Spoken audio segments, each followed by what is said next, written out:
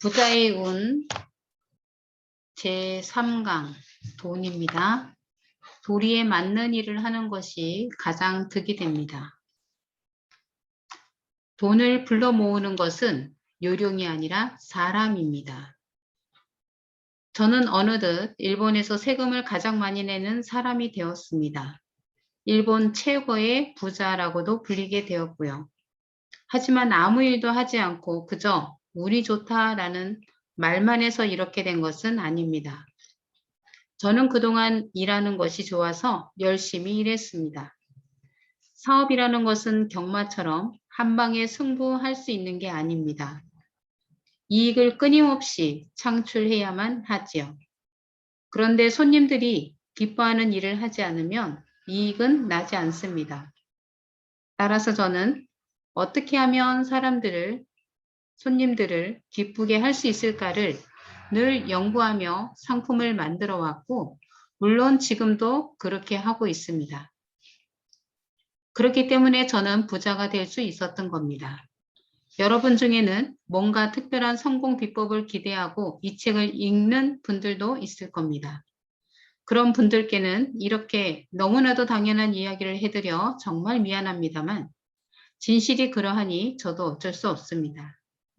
일본 최고의 부자가 될 정도라면 뭔가 특별하고 신기한 재능이 있는 게 아닐까 하고 생각하는 분들이 많은데 돈이라는 것은 일하지 않으면 벌 수 없는 겁니다. 그럼에도 사이토 씨는 돈과 관련해서 뭔가 특별한 하는 일이 있습니까? 라는 질문을 종종 받습니다. 장사에 관해 묻는 게 아니라 돈에 관해 뭔가 하는 일이 있느냐고 묻는 것이지요. 그럼 저는 돈이 흉하게 구겨져 있으면 안 되니까 그림을 맞춰 가지런히 두는 정도입니다. 라고 대답합니다. 그런데 이건 너무나 당연한 거죠. 벽에 그림을 걸 때 거꾸로 걸지 않듯이 말입니다. 그런데 어느새 제가 한 말이 돈에 그림을 맞춰 가지런히 지갑에 넣어두면 부자가 된다느니 사이토 씨는 매일 밤 돈을 다림질하고 있다느니 하는 식으로 퍼져나가더군요. 물론 이는 웃으면서 넘어갈 수 있는 농담이라 생각합니다. 실제로 이런 일은 절대 있을 수 없겠지요. 여러분도 농담은 그저 농담으로만 즐기시기 바랍니다. 우리네 상인들은 돈을 곧잘 다리에 비유하곤 합니다. 그런데 이제껏 돈이 스스로 걸어가는 모습을 본 사람은 없습니다. 그렇다면 어떻게 하면 돈이 나에게 오게 할 수 있을까요? 돈을 자기에게 오게 하는 것은 바로 사람입니다. 이 명확한 사실을 잊어버렸다가는 당신이 고생합니다. 두 번째 이야기, 돈에게도 주인을 선택할 권리가 있습니다. 한 강도가 식칼로 사람을 찌른 사건이 일어났다고 칩시다. 그것은 식칼이 잘못한 것일까요? 사람이 잘못한 것일까요? 식칼은 음식을 자르기 쉽게 만든 도구입니다. 사람을 찌르기 위해 만든 것이 아니죠. 여러분도 다 아시겠지만 사람이 상처를 입었다고 해서 식칼한테 잘못이 있는 건 아닙니다. 따라서 두말할 필요도 없이 식칼로 찌른 사람의 잘못이지요. 이제 화제를 돈으로 돌려봅시다. 부자가 되니 갑자기 태도가 돌변하는 사람이 있습니다. 반대로 돈이 떨어져서 강도짓을 하는 사람도 있지요. 그렇다면 이는 돈의 잘못일까요? 사람의 잘못일까요? 물론 이 경우에도 태도가 변해버린 강도짓을 하는 사람이 잘못입니다. 그런데 이때도 저 사람은 돈 때문에 변했어 라고 말하는 분이 있습니다. 심지어 돈 때문에 저 사람은 범죄를 저지를 수밖에 없었던 거야 라며 두둔하는 경우도 있고요.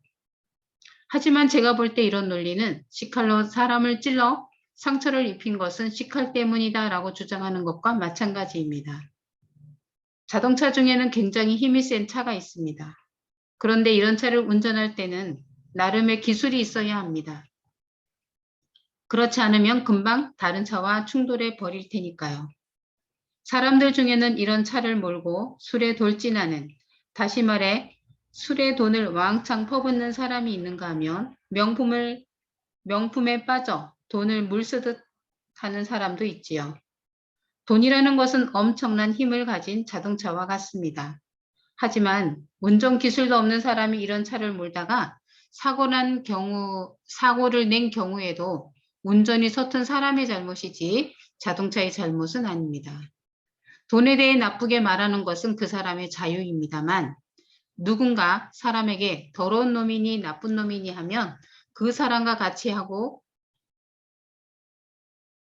있고 싶겠습니까? 돈도 마찬가지입니다. 돈에게도 자신의 주인을 선택할 권리가 있는 것입니다. 저는 돈은 좋은 것이라 생각합니다. 신이 인간에게 준 최고의 아이디어 중 하나라고 여기지요. 왜냐고요? 돈이 없으면 옛날처럼 물물 교환을 해야 합니다. 도쿄에서 오사카까지 가는데 쌀가마가 필요하다고 생각해 보세요. 신은 인간들을 고생시키지 않기 위해 화폐라는 아이디어를 준 것입니다. 돈이 신의 배려에 의해 생긴 아이디어라 생각하면 감히 돈에 대해 더 이상 나쁜 말을 할 수 없을 겁니다. 또 돈을 좀 더 소중히 다루게 되겠지요. 세 번째 이야기. 돈을 쓰는 사람에게 지혜가 있을 때 돈이 힘을 갖습니다. 돈에 대한 가치관을 확립한 건 언제입니까? 예전에 어느 잡지사 기자가 이런 질문을 하더군요. 그때 저는 이렇게 대답했습니다. 어렸을 적에 부모님으로부터 용돈을 받으면 흘리지 않고 가게까지 잘 들고 가서 과자를 사오곤 했습니다. 지금의 가치관도 그때와 별반 다를 바가 없습니다. 정말로 그렇습니다.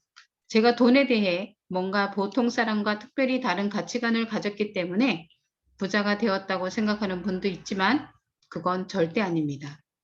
만약 돈에 대한 어떤 가치관이 부자를 만들어준다고 한다면 사실 누구든지 부자가 될 수 있겠지요.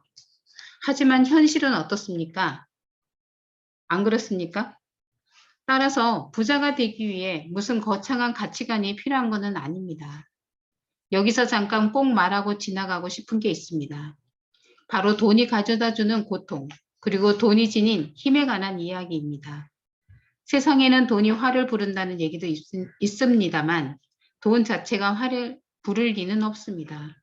만약 돈 때문에 고생한다면 그것은 필요 이상의 돈을 추구하기 때문이거나 필요한 돈이 없기 때문에 둘 중 하나이죠.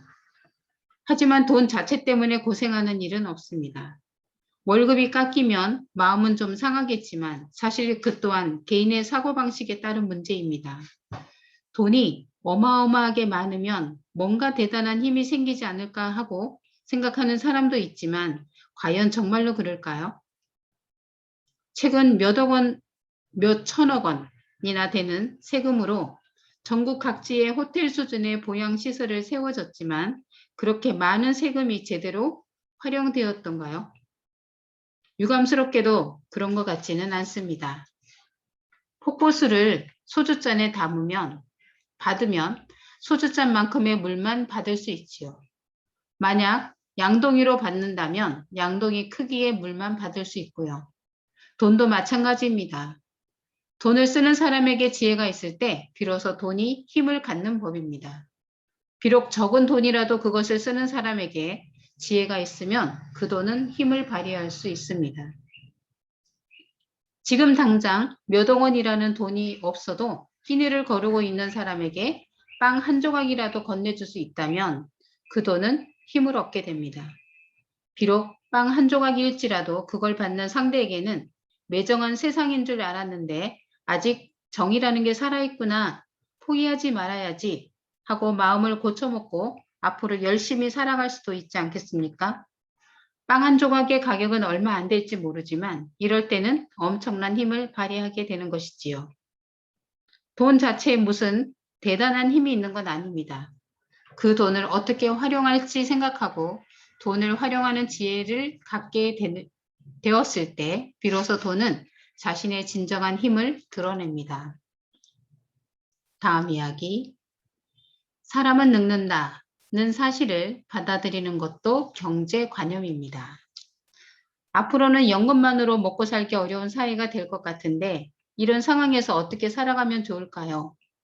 예전에 로부터 이런 질문을 받은 적이 있습니다. 이에 대한 저희 답변은 이렇습니다. 가장 중요한 것은 경제관념을 가져야 한다는 겁니다. 경제관념이라고 해서 무슨 경제학 책에 나와 있는 어려운 개념을 말하는 건 아닙니다. 사람은 누구나 나이를 먹는다는 단순한 사실을 알고 있는 것만으로도 충분합니다. 자동차의 경우 5년, 10년을 타고 나면 슬슬 새 차로 바꾸고 싶은 마음이 생기고 실제로 바꾸기도 합니다. 하지만 우리네 인간은 그럴 수 없습니다. 차를 바꾸듯 몸을 바꿀 수는 없으니까요. 50이 되든 60이 되든 70이 되든 이 몸 그대로 살아가야 합니다. 우리의 몸은 나이가 들어감에 따라 서서히 기능이 약해집니다. 당연히 수리비가 들지요. 그래서 직장인들에게는 정년퇴직이라는 게 있는 것이고요. 게다가 여성들은 꾸준히 아름다움을 유지하려고 합니다. 그러니 화장품에 쓰는 돈은 30대가 되면 20대에 쓰던 수준의 3배로 뛰어오르죠. 그럼 40대, 50대가 되면 어떻게 될까요? 더 이상 이야기할 필요도 없겠네요. 하여튼 사람은 누구나 나이를 먹습니다. 이 사실을 알면 지금부터 뭘 해야 하는지를 알 수 있습니다. 연금만 믿을 수는 없으니 저축을 해야겠다는 식으로 말이죠. 따라서 사람은 나이를 먹는다는 사실을 생각하면 살아가면 그것만으로도 충분합니다. 이는 경제관념이라기보다도 생활관념이라고 할 수 있겠네요. 다만 경영자들은 이 정도 관념만 가지고 있어서는 안 됩니다. 경영자라면 누구나 자기 회사의 직원과 거래처를 껴안고 가야 하기 때문입니다. 하지만 경영자가 아닌 사람들에까지 경영자에게 요구되는 경제관념 같은 걸 알고 있을 필요는 없습니다. 그러니 나도 언젠가는 나이를 먹고 늙는다는 사실, 이것만은 알아둡시다. 다음 이야기. 내가 가진 것을 유지하는 게 훨씬 대단한 일입니다. 사업하는 사람에게 간혹 당신은 몇 대째 그 일을 하고 있습니까? 라고 묻는 사람이 있습니다. 저 또한 이런 질문을 받곤 합니다. 사실 그때마다 제가 1대입니다. 라고 대답하지만 정확히 따지면 저희 어머니가 1대입니다. 긴자 일본 한방연구소의 초대 사장은 어머니이거든요. 물론 회사를 일으키고 실제로 경영을 한 것은 저이지만 예전부터 제가 사람들 앞에 서는 걸 싫어해서 어머니께 부탁하여 저 대신 사장 자리에 앉으시도록 한 거죠. 이런 의미에서 저는 엄밀히 2대째라고 할 수 있습니다. 그런데 1대든 2대든 사업하는데 별 관계는 없습니다. 그런데 사람들은 왜 이런 별 상관없는 것을 묻는 것일까요? 그런데 이상한 것은 1대에게는 정말 훌륭하군요 라고 하지만 2대째인 사람에게는 그래? 하는 식의 조금 삐딱한 시선을 던진다는 것입니다. 아마도 부모님 잘 만나서 호강하네요 라는 말을 하고 싶은 것이겠죠. 그런데 1대는 훌륭하고 2대는 그렇지 않다는 법이라도 있습니까? 회사를 만드는 것은 물론 대단합니다. 하지만 그것을 유지하는 것이 훨씬 대단한 일입니다. 2대 경영자는 부모가 남긴 것을 껴안고 사업을 해야 합니다. 부모님이 사업할 때 필요했던 시설, 설비, 사람 등의 자신이 사업을 하는데 필요 없어질 수도 있습니다. 따라서 2대들은 이런 문제들을 해결해 가야만 하죠. 시대가 변해서 이런 것들을 꼭 정리해야 하는데도 사람들은 아버지는 좋은 분이셨는데 아들은 참 매정하군요 하는 말을 듣기도 합니다. 2대가 1대보다 더 힘이 들지만 사람들은 2대에게 동정심을 보내지는 않습니다.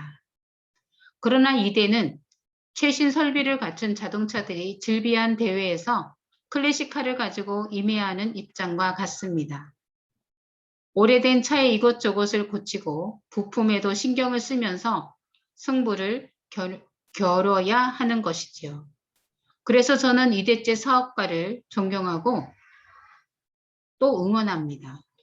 하지만 한 가지 주의해야 할 점이 있습니다. 2대는 대개 부모님들이 좋은 학교도 보내고 유학도 보내주지요. 그런데 부모가 시켜준 것은 99.9% 도움이 되질 있다고 생각하는 게 좋습니다. 인류대학 경제학과를 나와 지식이 많다고 해도 경제학을 가리키는 교수는 어디까지나 학자일 뿐입니다. 회사를 운영하는 경영자도 사업가도 아니지요. 물론 대학 교수도 사회에서 꼭 필요한 존재이고 그분들이 사회에 도움을 주는 것은 사실입니다. 그러나 대학에서 수영하는 법을 배웠다고 해도 자기가 직접 물속에 들어가 헤엄치지 않는 이상 실제로 수영을 할 수는 없는 법입니다. 그러니까 항상 지금부터는 내가 직접 내 손으로 경험해보자는 다짐을 해야 합니다. 스스로 생각하고 도전하고 실패를 맛보기도 하면서 개선해 나가야 합니다. 성공을 하려면 이러한 작업을 끊임없이 반복해 나가는 수밖에 없습니다. 6번째 이야기, 빠른 것에는 늘 수요가 있습니다. 직장인 중에는 빨리 목돈을 모으고 싶다고 말하는 사람이 더러 있습니다. 제자가 경영하는 회사의 젊은 직원 중에도 이런 분이 있는데 이분들에게 조금이나마 도움이 될 만한 이야기를 해볼까 합니다. 돈을 모으고 싶으면 운을 끌어올리면 됩니다. 지금 제가 농담을 하고 있다고 생각할지 모르지만 진지한 이야기입니다. 살다 보면 자연스레 오늘이 지나 내일이 오고 또 내일 모레가 옵니다. 누구든 오늘에서 내일로 옮겨가죠. 아무리 싫다고 해도 우리는 내일로 운반되어 갑니다. 바로 운인 것이죠. 다시 말해 사람에게는 운은 있는 겁니다. 그럼 이번에는 운세라는 단어를 떠올려 봅시다. 옮겨가는 기세를 운세라고 하죠. 운세가 좋다는 것은 결국 옮겨가는 기세가 좋다는 뜻입니다. 빈둥거리고 있는 상태를 기세가 좋다고 하지는 않죠. 알아서 척척 일을 해 치울 때 기세가 좋다고 합니다. 즉, 일을 할 때 기세를 몰아 속도감 있게 처리하는 것을 말합니다. 각자 직장에서 어떤 업무를 완성할 때 걸리는 평균 시간이 있겠지요. 운을 끌어올리려면 그 평균 시간보다 조금이라도 빨리 하면 됩니다. 그러면 돈은 모입니다. 왜냐하면 빠른 것에는 수요가 있기 때문이죠. 예를 들어 일본의 고속철도 신칸센 중에는 특급이 가장 수요가 많고 손님도 많습니다.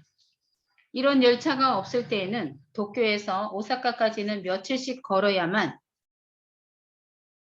걸려야만 했지만 열차가 생겨 3시간 정도면 갈 수 있게 된 것입니다.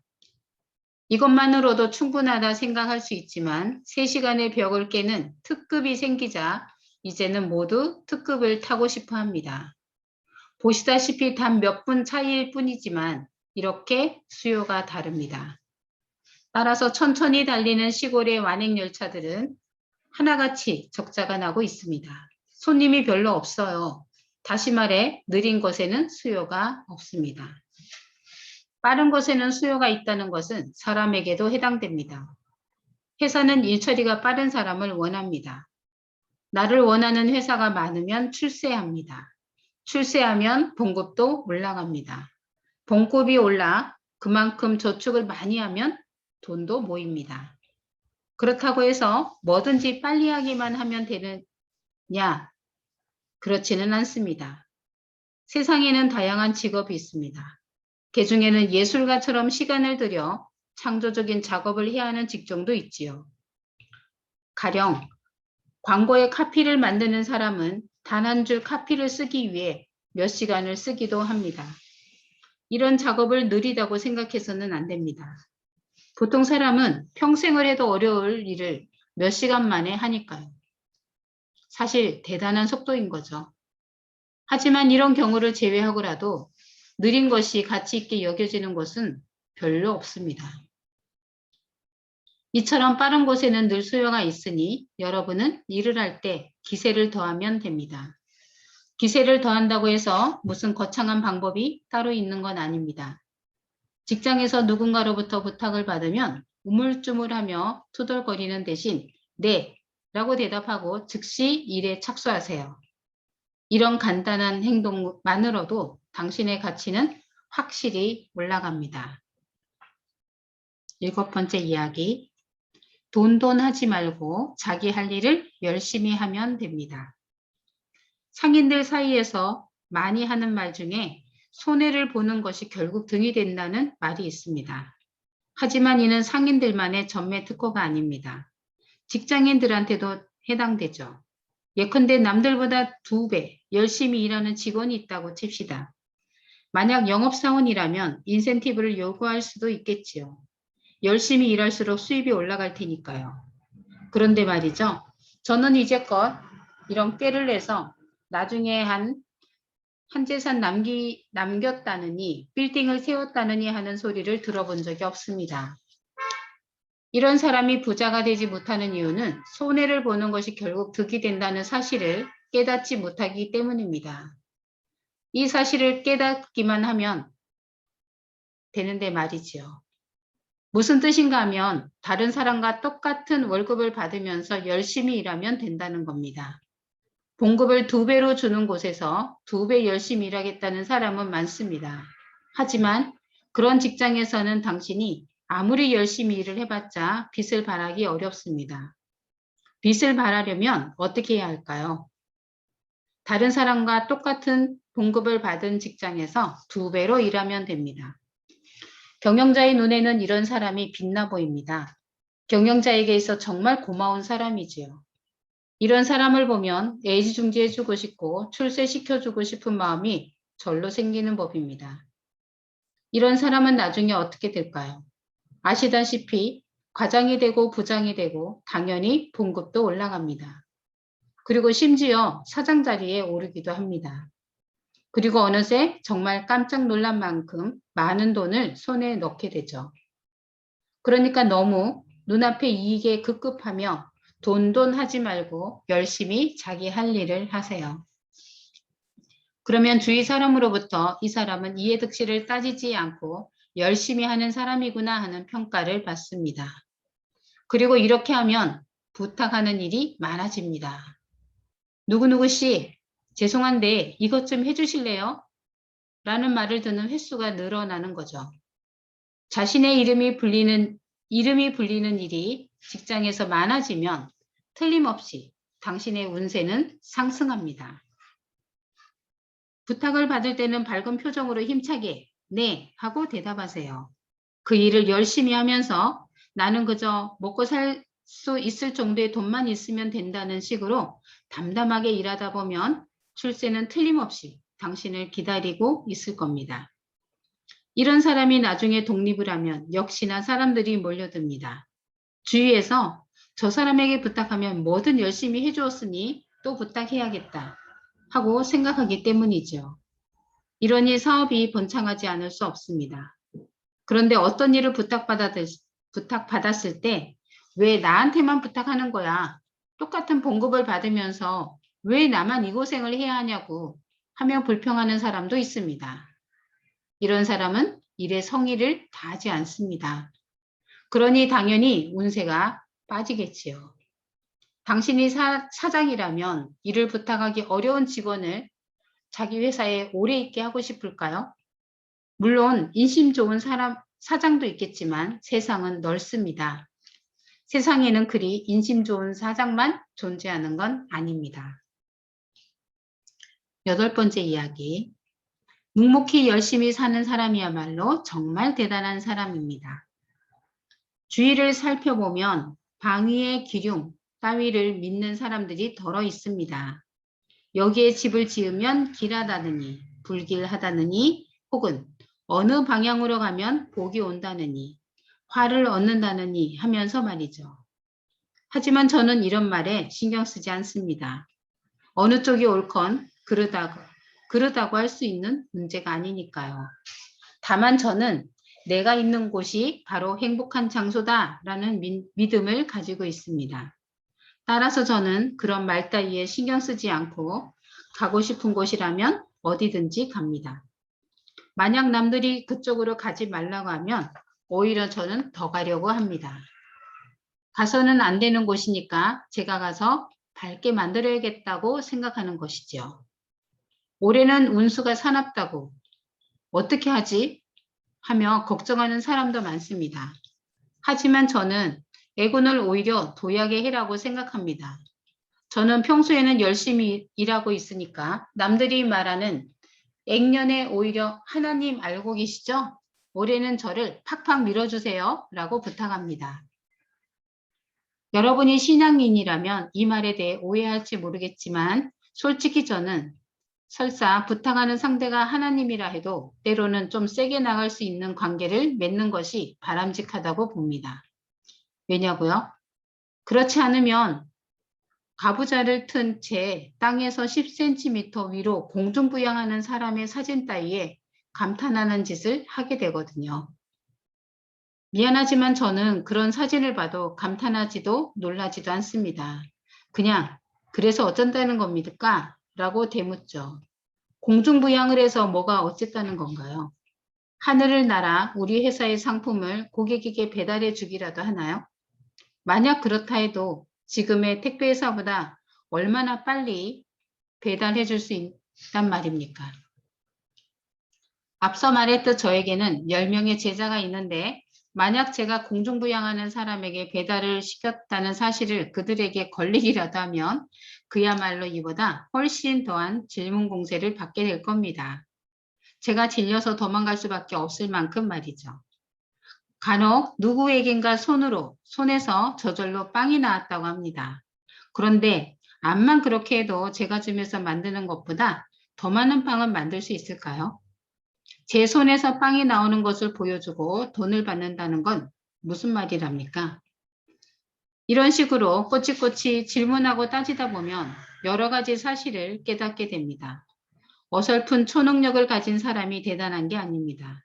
열심히 일하면서 자식을 키우고 남한테 폐를 끼치지 않는 사람이야말로 정말로 대단한 사람입니다. 적어도 저는 그렇게 생각합니다. 지금 이 순간에도 맑은 날이든 비 오는 날이든 게으름 피우지 않고 묵묵히 농사를 짓는 사람이 있습니다. 한여름에도 태양이 내리쬐는 공사판에서 열심히 일하는 사람도 있고요. 빵 공장에서 맛있는 빵을 만들기 위해 땀 흘리며 일하는 사람도 있습니다. 쌀과 곡식을 정성 들여 키우는 사람도 있는가 하면 꼭두 새벽에 바다로 나가 고기 잡아오는 사람도 있습니다. 저는 이런 분이야말로 정말로 훌륭한 사람이라고 생각합니다. 이런 사람들에게 감탄하기도 바빠 죽겠는데 무슨 공중부양을 했다는 괴상한 도사한테 감탄한단 말입니까? 그러니 눈에 보이지 않는 것을 두려워하게 되고 줏대 없이 갈팡질팡하게 되는 것입니다. 9번째 이야기, 베풀면 언젠가 반드시 돌아옵니다. 스스로에게 투자하고 다른 사람의 2배나 열심히 일해서 출세하고 봉급도 올라 저축도 많이 했다고 칩시다. 물론 이것만으로도 충분히 행복하겠지만 이보다 더 행복해지는 방법이 있습니다. 바로 당신이 성공을 위해 이제껏 해온 방법을 부하 직원이나 후배에게 전수하는 겁니다. 그런 짓을 하다간 뒤쫓아오는 사람에게 추월당하지 않을까 하는 걱정은 할 필요가 없습니다. 이 세상에 공짜는 없으니까요. 베풀면 나중에 그만큼 돌아오는 법입니다. 이상하게 들릴지 모르지만 이게 바로 세상의 섭리라는 겁니다. 이건 내가 생각해낸 방식이니까 다른 사람에겐 가르쳐 줄 수 없다고 생각하는 사람과 내가 깨우친 방식을 다른 사람에게도 전수해야겠다고 생각하는 다른 사람에게 기꺼이 베푸는 사람을 비교하면 후자가 나중에는 훨씬 풍요로운 삶을 살게 됩니다. 예컨대 프랜차이즈 사업이 그렇습니다.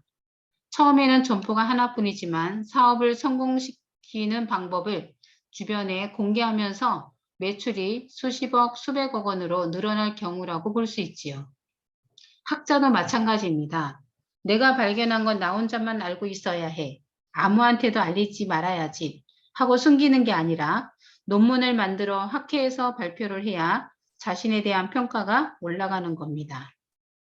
일반적으로 학자의 사회적 지위가 높은 이유는 자신이 생각해낸 것을 기꺼이 공개하기 때문이지요. 그런데 이건 나만의 비밀이야 하며 비법을 공개하지 않는 사람도 있습니다. 이렇게 늘 숨기려 하는 사람과 공개하려는 사람을 비교하면 그릇의 크기도 다를 뿐 아니라 사회적 평가 면에서도 확실히 차이가 납니다. 도리에 맞게 일을 하는 사람은 사회가 긍정적으로 평가하게 되어 있습니다. 좀 더 편한 방법이 없을까 하는 생각을 하면 옆에 있는 사람을 짓밟고 가야겠다는 식의 헛된 짓을 하게 됩니다. 또 자신의 평소에 나쁜 생각을 하니까 다른 사람도 자신을 나쁘게 생각할 거라고 의심합니다. 그러면서 쓸데없는 걱정을 짊어지는 겁니다. 이런 걱정을 할 시간에 남들보다 2배 열심히 일하는 게 훨씬 편합니다. 도리에 맞는 일을 하는 것, 이것이 가장 편하고 가장 득이 되는 삶의 방식입니다. 10번째 이야기, 나에게 돈을 주는 사람을 기쁘게 하는 게 자기 투자입니다. 손님을 소중히 대하고 돈을 소중히 다루세요. 저는 평소에 직원들로부터 돈에 대한 질문을 받을 때마다 이렇게 대답하곤 합니다. 살다 보면 저놈한테는 절대로 머리 숙이지 않겠다 싶은 사람이 나타나기 마련입니다. 그런데 그 사람이 나쁜 게 아닙니다. 다만 자신에게 그 사람을 포용할 만큼의 그릇이 없는 것뿐이죠. 저에게는 저의 그릇, 다시 말해 제가 허용할 수 있는 범위를 넘어서는 사람한테는 빵 한 개도 받기 싫다는 소신이 있습니다. 사실 돈이 없으면 이런 소신을 지키기가 매우 힘듭니다. 돈이 없으면 자신의 그릇을 넘어서는 사람한테도 머리를 숙이고 비율을 맞춰야 할 일이 많아지기 때문입니다. 만약 그러기 싫다면 어떻게 해야 하냐고요? 그럼 돈을 모아야겠죠. 하지만 저는 젊은이들에게 돈을 모으는 것에만 너무 신경 쓰지 마세요 라는 말을 자주 합니다. 여러분도 한 달에 10만 원씩 저축하고 있다면 저축액을 5만 원 정도로 줄여서 남은 5만 원은 자신에게 투자하시길 바랍니다. 왜냐하면 자신에 대한 투자는 곧 출세를 위한 필요 조건이기 때문이지요. 제 말을 오해하지는 마세요. 직장에서 영어를 사용할 일이 없는데 영어 학원을 다니는 것에 투자가 아닙니다. 또한 자신에게 투자하라는 말이 자신을 위해 투자하라는 뜻이 아닙니다. 여기서 돈을 버는 요령을 알려드리겠습니다. 그저 고객을 기쁘게 하면 됩니다. 다시 말해 고객을 기쁘게 만들기 위해 자신에게 투자하면 되는 겁니다. 그러면 여기서 고객이란 누구일까요? 바로 자신에게 돈을 주는 사람입니다. 저에게 있어 고객은 제가 만든 상품을 사주는 사람들입니다. 직장인들에게 있어 고객은 회사의 사장이겠죠. 자신에게 봉급을 주는 사람이 사장이니까요.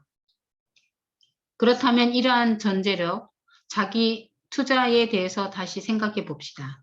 예를 들어 제가 매일같이 아가씨들이 춤을 추는 클럽에 가는 것을 제 자신의 투자하고 있다고 볼 수는 없는 겁니다. 제가 춤을 배워 온다고 저희 고객들이 기뻐하지 않을 테니까요. 앞서 말했듯 평소에 영어를 사용할 일도 없는데 영어 학원에 다니는 것은 자신에 대한 투자가 아닙니다. 이러한 행위는 제가 클럽에 가는 것과 별 차이가 없습니다. 자기 투자라 함은 곧 당신에게 돈을 주는 사람이 기뻐할 수 있도록 자신에게 투자하는 것을 말합니다. 상인에게 있어서 고객은 상품을 사주는 사람이니 그 사람을 기쁘게 할 수 있는 투자를 자신에게 하면 됩니다. 또 당신이 직장인이라면 봉급이라는 형태로 돈을 주는 사장이 곧 고객이니까 사장이 기뻐할 만한 일에 투자하면 됩니다. 그렇다면 사장이 기뻐할 만한 일이라는 게 어떤 것일까요? 답은 간단합니다. 회사의 실적을 올리는 것, 그러기 위해서는 지금 나에게 뭐가 필요한지 잘 생각해보고 그 다음에 자신에게 투자하세요. 그렇게 하면 당신은 어느새 회사에서 반드시 필요한 인재가 되어 있을 것입니다. 마지막 이야기, 최소 10년은 내다볼 수 있어야 부자가 됩니다. 요즘 들어 부자가 되고 싶다는 젊은이들로부터 이런저런 질문을 많이 받습니다. 그런데 여기서 저는 꼭 하고 싶은 말이 있습니다. 실은 이제까지 내가 하고 싶은 말을 하면 부자가 되고자 하는 꿈에 찬물을 끼얹을 게 아닐까 하는 염려 때문에 하지 않았던 이야기죠. 여하튼 이상한 사람이 하는 말이니까 그리 심각하게 받아들이지 마세요. 그냥 한쪽 귀로 흘려도 상관은 없습니다. 복숭아는 3년, 밤도 3년, 감은 8년이라는 말이 있습니다. 또 제가 어렸을 적에는 어른들이 유자 같은 바보놈이라는 말을 하곤 했죠. 유자는 사실 바보도 아니고 아무것도 아닌데 씨를 심어서 열매가 맺기까지 16년이나 걸리니 그렇게 불리는 것 같습니다. 어쨌든 하나의 씨가 열매를 맺기까지 3년이 걸리는 것은 3년 걸리고 8년이 걸리는 것은 8년 걸립니다. 만약 16년이 걸린다면 어쩔 수 없이 16년을 기다려야 하겠지요. 이와 마찬가지로 부자가 되고 싶다는 씨를 심어서 부자라는 열매를 맺기까지는 최소 10년이 걸립니다. 부자가 되기로 마음먹고 실제로 부자가 되기까지 10년이 걸린다는 것입니다. 10년 걸리는 것은 10년 걸리니까 어찌할 수 없습니다. 하지만 10년 뒤에 부자가 된다고 생각하면 지금 무엇을 해야 할지 생각하고 행동할 수 있겠지요.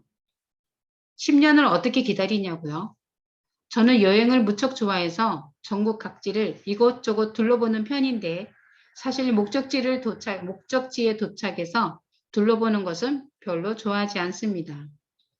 목적지까지 가는 그 과정이 즐거운 거죠. 부자가 되는 것도 마찬가지입니다. 부자가 되는데 10년이 걸리면 그 10년 동안 자신이 해야 할 일을 하면서 즐기면서 하면 됩니다. 즉 여기저기 구경도 하면서 묵묵히 걸어가면 되는 것이지요. 그런데 그 여정이 결코 지루하지 않을 뿐만 아니라 10년 뒤에는 정말로 부자가 될 수 있습니다. 그런데 젊은이들 중에는 당장 부자가 되고 싶다, 내년에 부자가 되고 싶다며 서두르는 경우가 있습니다. 이렇게 서두르다간 감언이설에 속아 사기를 당하는 경우도 있으니 주의하세요. 물론 젊어서부터 남들보다 빨리 많은 돈을 번 사람도 있습니다. 그런데 이런 사람들 옆에서 지켜보면 깊이가 느껴지지 않습니다. 제 말을 오해하지는 마세요. 그들이 진정한 성공을 얻지 못했다는 것은 아닙니다. 성공이란 여정입니다. 따라서 지금 이 순간이라는 과정을 하나의 성공이라고 여기면 걸어가는 사람이야말로 진정한 성공한 사람입니다. 성공을 거머쥔 사람만이 성공하는 겁니다. 성공을 손에 넣었다는 것은 이미 과거형이죠. 성공을 손에 넣었다면 다음 목표를 향해 다시 걸어가야 합니다. 즉, 성공이라는 이름의 여정을 계속 걸어가는 사람이야말로 삶에 있어 진정한 성공을 이룬 사람입니다. 10년 뒤에 바라보고 10년 뒤를 바라보고 한 걸음 한 걸음 걸어가는 사람이 있다면 그 사람은 이미 성공한 것입니다. 그러니 포기하지 말고 힘차게 계속 걸어가 보세요.